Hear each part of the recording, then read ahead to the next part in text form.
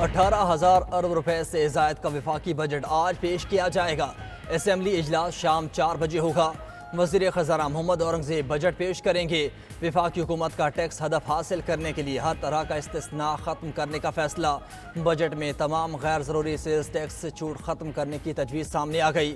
خوراک، ادویات، اسٹیشنری پر 10% sales tax عائد ہونے کا امکان۔ زرعی اشیاء، بیج، کھاد، ٹریکٹر اور دیگر آلات پر مکمل سیلز ٹیکس لیا جائے گا۔ اضافی ٹیکس ہدف پورا کرنے کے لیے سیلز ٹیکس کی شرح 18 سے بڑھا کر 19% کرنے کا امکان۔ ٹیکس وصولیوں کا ہدف 12.9 ٹریلین روپے مقرر کیے جانے کا امکان۔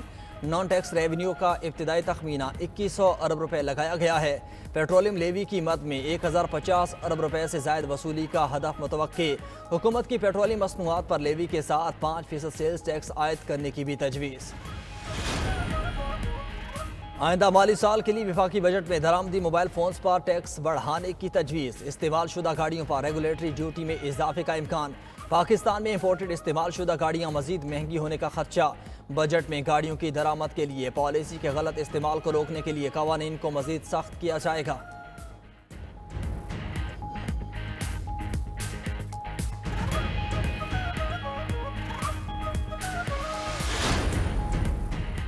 وفاقی سرکاری ملازمین کی تنخواہوں میں 10 سے 15% تک اضافہ متوقع۔ حکومت نے ریٹائرمنٹ کی عمر کی حد بڑھا کر 62 سال کرنے کا فیصلہ کر لیا۔ قومی خزانے پر پینشن بل کا بوجھ کم کرنے کے لیے اصلاحات متعارف کروانے کا فیصلہ۔ نئے بھرتی ہونے والے ملازمین کے لیے رضاکارانہ کنٹریبیوٹری پینشن سسٹم متعارف کروایا جائے گا۔ ریٹائرڈ ملازمین کو تا حیات کے بجائے 20 سال تک پینشن دی جائے گی۔ فیملی پینشن کی مدت 10 تا 15 سال اور بیٹی کی پینشن ختم کرنے کا امکان۔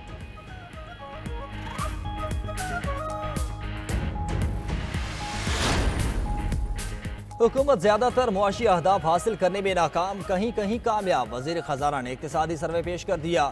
نیوز بریفنگ میں محمد اورنگزیب نے کہا، کوئی مقدس گائے نہیں، ہر ایک کو اپنا حصہ دینا ہے۔ ملک خیرات سے نہیں ٹیکسز سے چلتے ہیں۔ وزیر خزانہ نے آئندہ کے اہداف بھی قوم کو بتا دیے۔ نیوز بریفنگ میں کہا، اسلام آباد، کراچی، لاہور ایئرپورٹس کی نجکاری کریں گے۔ پاور سیکٹر میں اصلاحات کرنا ہوں گی۔ پاسکو کو ریسٹرکچر کریں گے۔ ایف پی آر میں کمزوریاں ختم کریں گے۔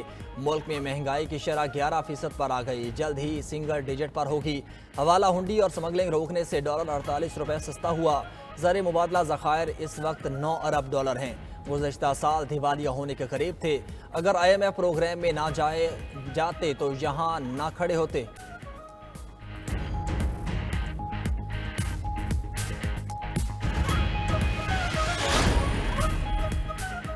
وزیراعظم شہباز شریف نے کابینہ کا خصوصی اجلاس آج طلب کر لیا۔ اجلاس میں آئندہ مالی سال 2024-25 کے بجٹ کی منظوری دی جائے گی۔ ذرائع کے مطابق سرکاری ملازمین کی تنخواہوں میں اضافہ، مزدوروں کی اجرت اور پینشن میں اضافے سے متعلق بھی فیصلہ کیا جائے گا۔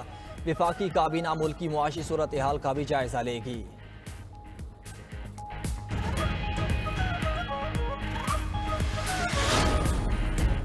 وفاقی بجٹ کی تیاری میں اہم حکومتی اتحادی جماعت پیپلز پارٹی نظر انداز۔ پیپلز پارٹی کی پارلیمانی پارٹی کا اجلاس آج پھر طلب۔ جعلی ارکان نے بجٹ معاملے پر حکومت کو ٹف ٹائم دینے کا فیصلہ کر لیا۔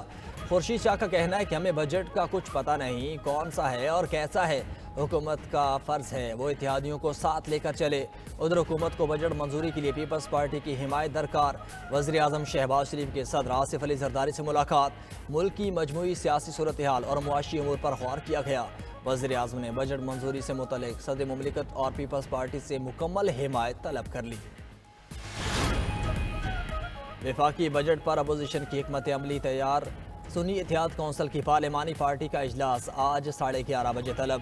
اجلاس میں بجٹ تقریر، احتجاج اور بانی تحریک انصاف کی رہائی جیسے اہم امور پر غور ہوگا۔ پارلیمانی پارٹی کے وفاقی بجٹ کے دوران پارلیمنٹ ہاؤس میں احتجاج کی حکمت عملی طے کرے گی۔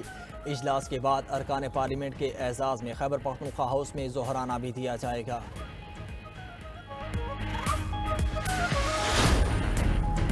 وفاقی بجٹ سے تاجر، رہنماؤں اور عوام نے ریلیف کی امیدیں باندھ دی ہیں۔ اوورسیز پاکستانیوں کے لیے انویسٹمنٹ اسکیم متعارف کروائی جائے۔